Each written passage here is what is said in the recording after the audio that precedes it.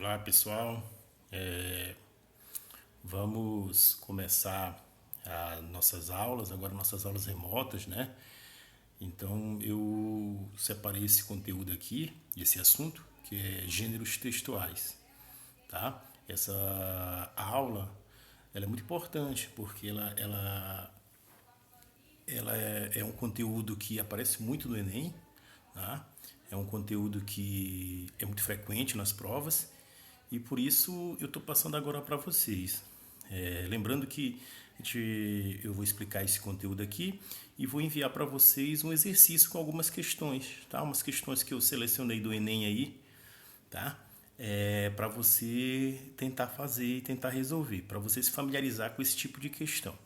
Esses gêneros textuais ou a função social do texto, ela vai estar na habilidade 3 do Enem, tá? Na competência 1, habilidade 3. Lembrando que a gente usa sempre a matriz do Enem, né, para preparar o nosso conteúdo. O nosso conteúdo sempre está atrelado à matriz do Enem, tá? Deixa eu passar aqui. Passar. Tá. Aqui a gente já tem um conceito, já tem uma definição do que são os gêneros textuais.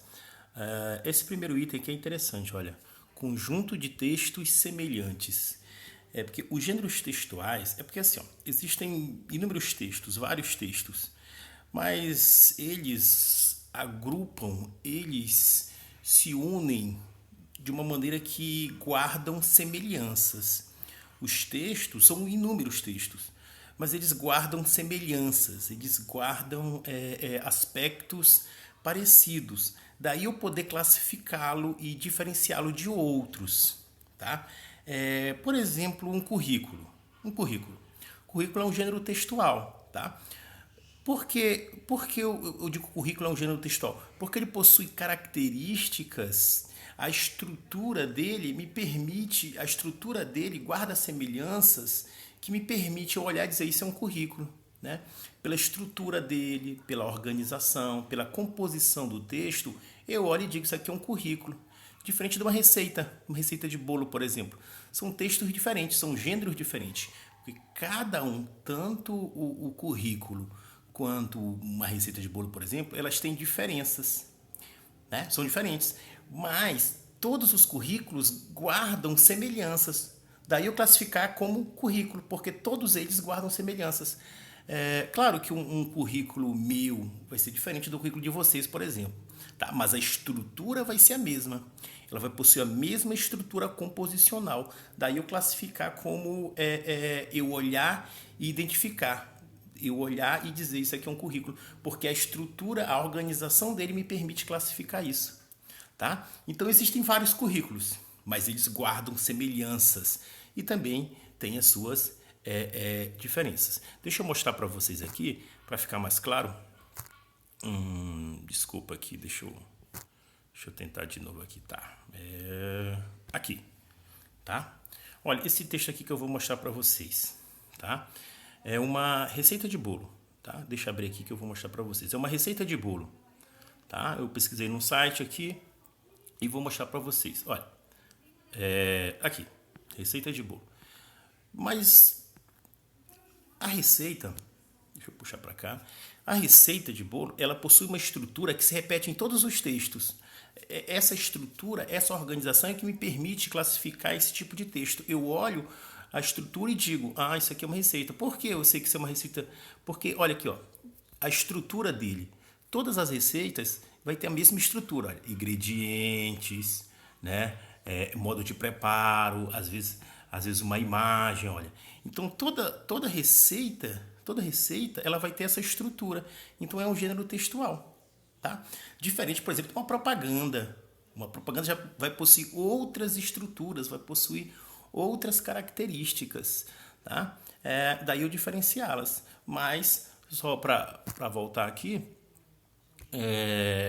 os gêneros textuais, ele funciona como esse conjunto de textos semelhantes. Esses textos guardam semelhanças que eu posso classificá-los como textos diferentes, tá? Deixa eu continuar aqui que voltou, tá? Deixa eu voltar aqui para mostrar mais para vocês. tá? Então, olha o que eu disse para vocês, que continuando aqui no conceito, né? Gêneros textuais são conjunto de textos semelhantes. Existem vários gêneros textuais, vários. Receita de bolo, aula, redação do Enem, propaganda, crônica, conto. Todos são gêneros textuais, porque eles guardam semelhanças. Todos eles possuem uma estrutura semelhante que vai diferenciar um do outro. Funciona também como um horizonte de leitura. O gênero funciona como um horizonte de leitura. É mais ou menos assim. Por exemplo, romance, gênero romance, né? Eu conhecendo o gênero romance, eu já sabendo como é o gênero romance, eu já sei a organização dele, já sei a estrutura, então já vai servir na hora de ler. Se eu digo para você, olha, você vai ler um romance, aí você já vai se preparar, já sei como é. Eu nem li ainda o romance, mas conhecendo o gênero, ele já me dá um horizonte de leitura.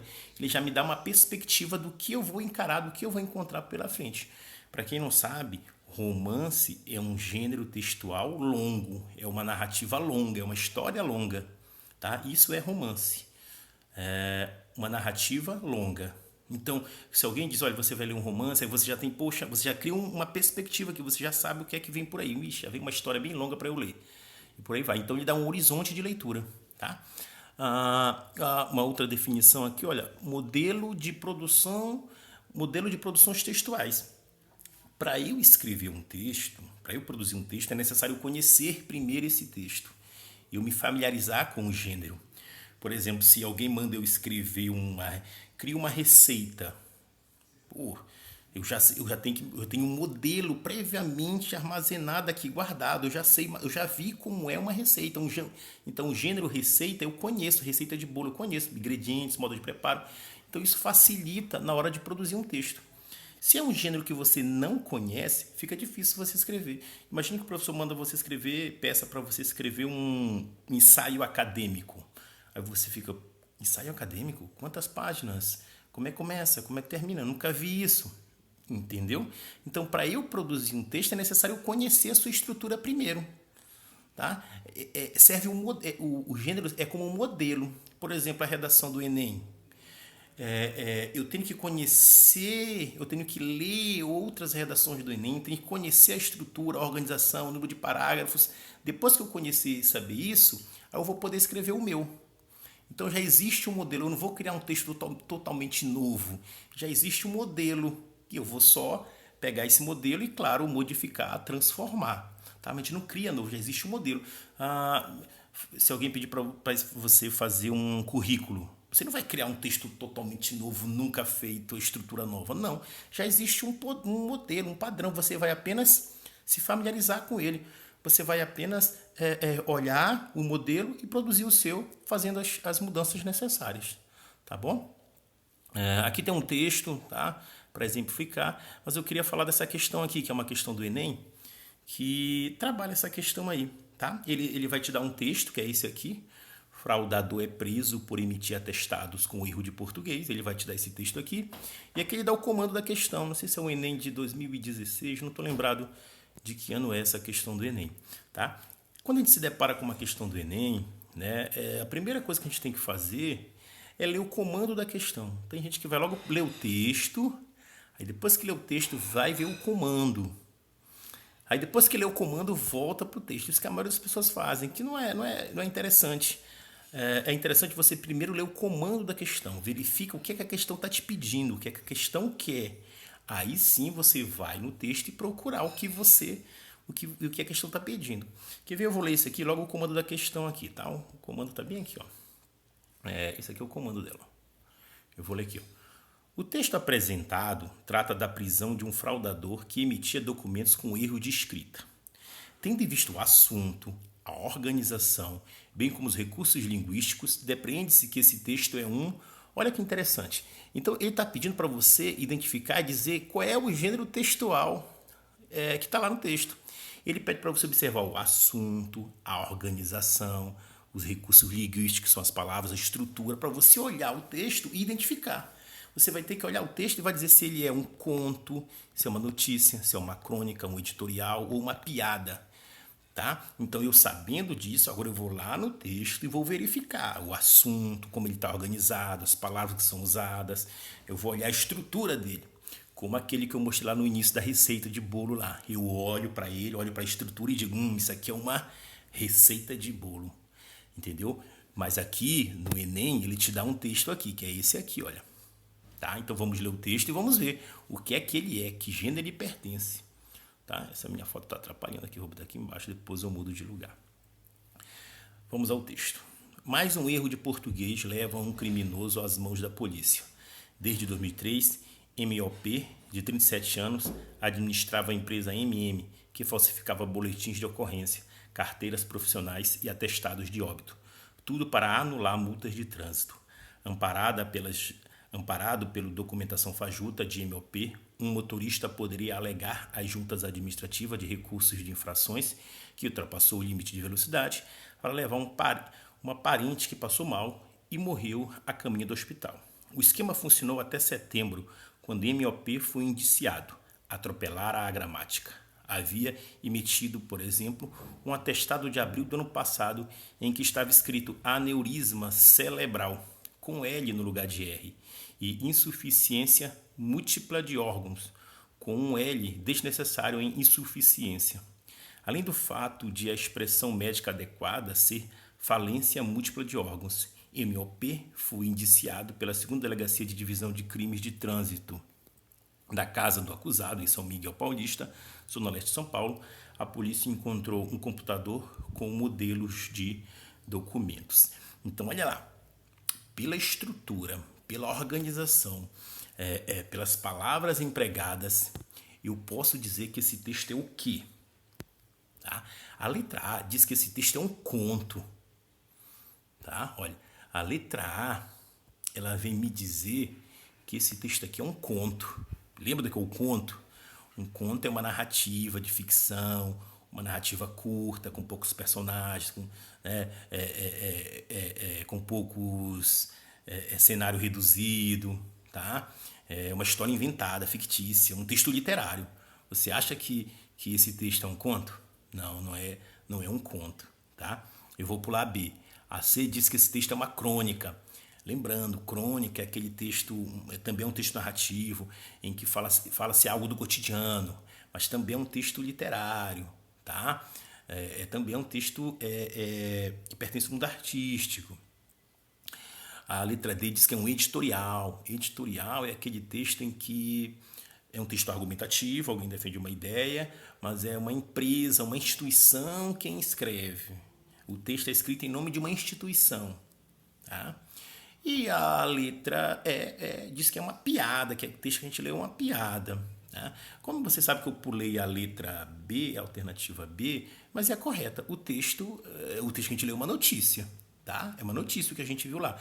Então, pela organização, pela estrutura, pelo jeito da composição dele, eu posso classificar aquele texto como uma notícia. Olha como essa questão é simples. Ele pede para você identificar, olhar a estrutura do texto, a organização e dizer o que é que ele é. Tem muita gente que lá na sala de aula opta também pela letra E, dizendo que é uma piada. Gente, olha, uma piada, a piada é um texto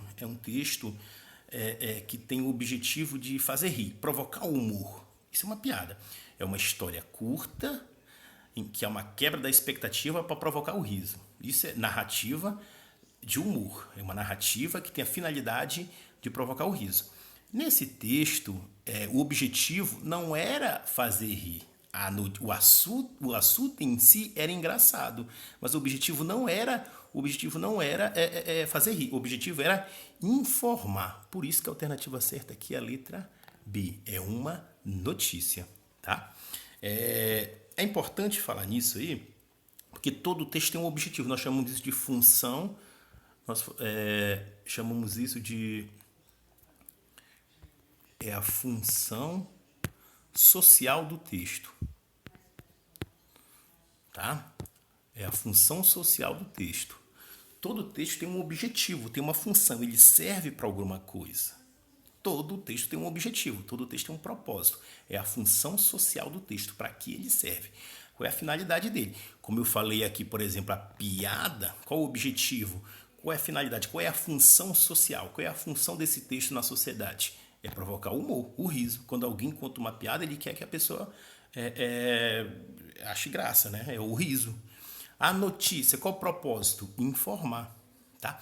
Todo texto tem um objetivo, todo texto tem um propósito. Isso nós chamamos de função social do texto. É muito importante isso aí em gêneros textuais.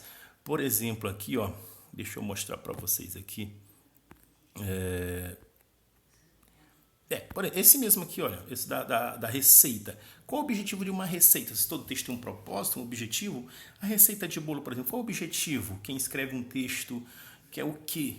Quem escreve uma notícia? Qual é a função na sociedade de uma receita? É ensinar, instruir. Então, a função social de uma receita é ensinar. Então, todo gênero textual tem uma função social. Ele tem um objetivo. Ele serve para quê na sociedade? A receita pode modificar a receita. Pode ser de peixe, pode ser de carne, bolo, sei lá. Pode modificar, mas o propósito é sempre o mesmo. É ensinar, tá? Uma propaganda, por exemplo, um anúncio publicitário. Deixa eu ver se tem aqui um anúncio publicitário. Eu vou pegar um bem aqui para vocês. Uma propaganda, ela tem um outro gênero textual e tem um outro objetivo, tem um outro propósito, né? A lógica de uma propaganda, o objetivo, a função de uma propaganda é vender um produto, é vender um serviço. Pode mudar a marca, pode mudar o tipo de texto, mas o objetivo é sempre o mesmo. Todas as propagandas, elas guardam essa semelhança. Ela tem essa função, é a função social dela, que no caso, vender um produto, tá? Eu estou aqui no site G1 Pará, tá? Foi de propósito que eu coloquei aqui para mostrar para vocês que aqui, olha, isso aqui é uma notícia, tá? De notícia, tá? E a notícia, ela tem, como todo texto, tem um objetivo, tem uma função social. Olha aqui, ó, essa manchete aqui do site. Ministério Público solicita à Justiça bloqueio de 1,5 milhão da prefeita de Santa Maria do Pará. Tá? Isso é a fonte do G1 Pará. Tá? Então a gente observa que isso aqui é o quê? Esse texto é uma notícia. Então, uma receita de bolo ensinar, a notícia ela informa, a propaganda, o objetivo é vender um produto, é como chamamos de função social do texto. Tá? Então, com aqueles que possuem aqueles textos que possuem características comuns, que eu posso agrupá-los num conjunto. Aí eu chamo ele de gênero. Existem vários gêneros textuais na nossa sociedade. Tá? Aqui nessa aula, tá? Qualquer dúvida é só me procurar no PV para a gente tirar dúvida. Até mais.